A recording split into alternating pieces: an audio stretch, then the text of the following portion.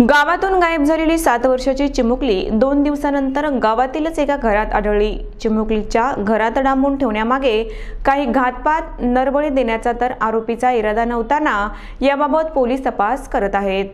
7 वर्षाची चिमुकली गावातून बेपत्ता झाल्याने खळबळ उडाली होती। घटनेचे गांभीर्य ओळखून पोलिसांनी तात्काळ विविध पथके करून कसून तपास सुरू केला, पण मुलगी 2 दिवस सापडली नाही। गावातून मुलगी बाहेर पडल्याचा कुठलाच सुगावा लागत नसल्याने पोलिसांनी गावातील प्रत्येक घराची झडती घेण्याची सुरुवात केली आणि चिमुकली एका घरात भेदरलेल्या अवस्थेत मिळून आली।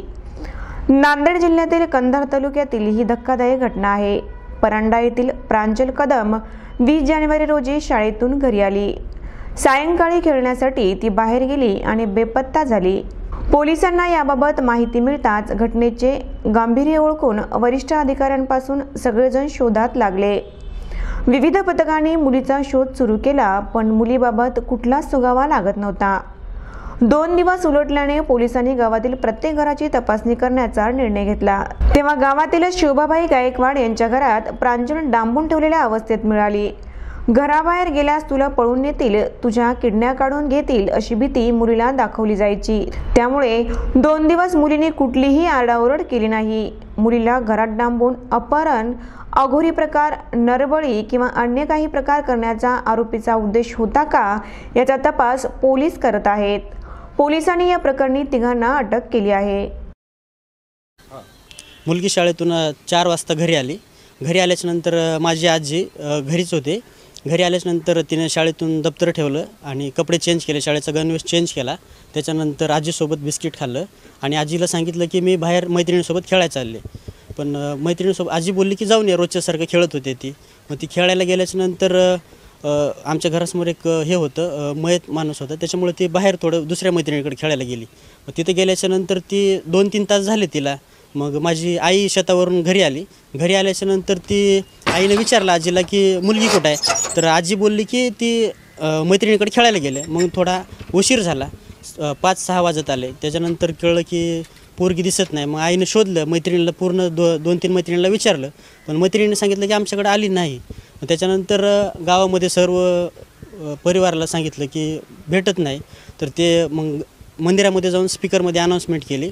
सर्व गावामध्ये कळालं, आम्हाला पण कळालं। त्याच्यानंतर मग सर्व गावातल्या टीमनं 2-3 तास शोधले, गावामध्ये नाही सापडले। नंतर आमच्या शेजारीच एक 5-10 किलोमीटरच्या अंतरावरती माळाखोरी पोलीस स्टेशन आहे, तिथल्या साहेबांनी येऊन सांगितलं हे घटनाक्रम।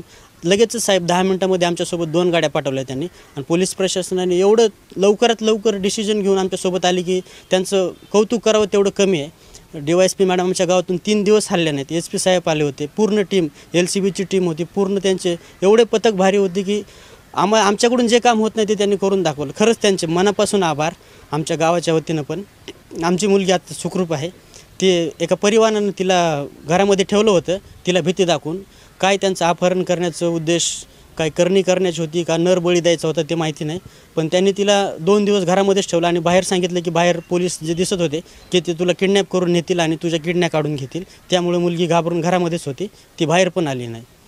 त्याच्यानंतर मग DYSP मॅडम प्रत्येक घरामध्ये जाऊन सर्च करत होते, तर घरामध्ये तिच्या गेले शोधायला आणि तिथं सापडली ती। DYSP गावामध्ये कॅम्पिंग करून, अहमदपूर तालुक्यामध्ये कॅम्पिंग करून, लातूर पोलीसची सुद्धा आम्ही मदत घेतली आणि 2 दिवसानंतर हा गावामध्येच मुलगी सापडलेली आहे, सुखस्वरूप आहे, सेफ आहे। आणि काही अनुचित घटना त्याचपूर्वीच आम्ही रेस्क्यू जे मुलगीची जी केलेली आहे आणि त्यामध्ये 3 आरोपी असा त्यांचा सहभाग दिसतो। 3ही आरोपीला आम्ही अटक करून पुढची प्रक्रिया करत आहोत। ते असा दिसतो की एकदम क्लिअर मोटिव्हमध्ये जे प्रायमा फेसाई आता प्रथम दृष्ट्या दिसतो की अंधश्रद्धाचा काही होऊ शकतो। त्यामध्ये थोडासा मेंटली त्यांची परिस्थिती जास्त अजून इंट्रोगेशन केल्यानंतर क्लिअर होईल की त्याच्या पोलीस इंट्रोगेशन त्यासाठी आम्ही डिमांड करत आहोत। ते PCR मध्ये त्यांना परत एक बार इंट्रोगेट करू आणि नेमके काय त्यांची मोटिव्ह होता त्यावर मोर क्लॅरिटी येणार।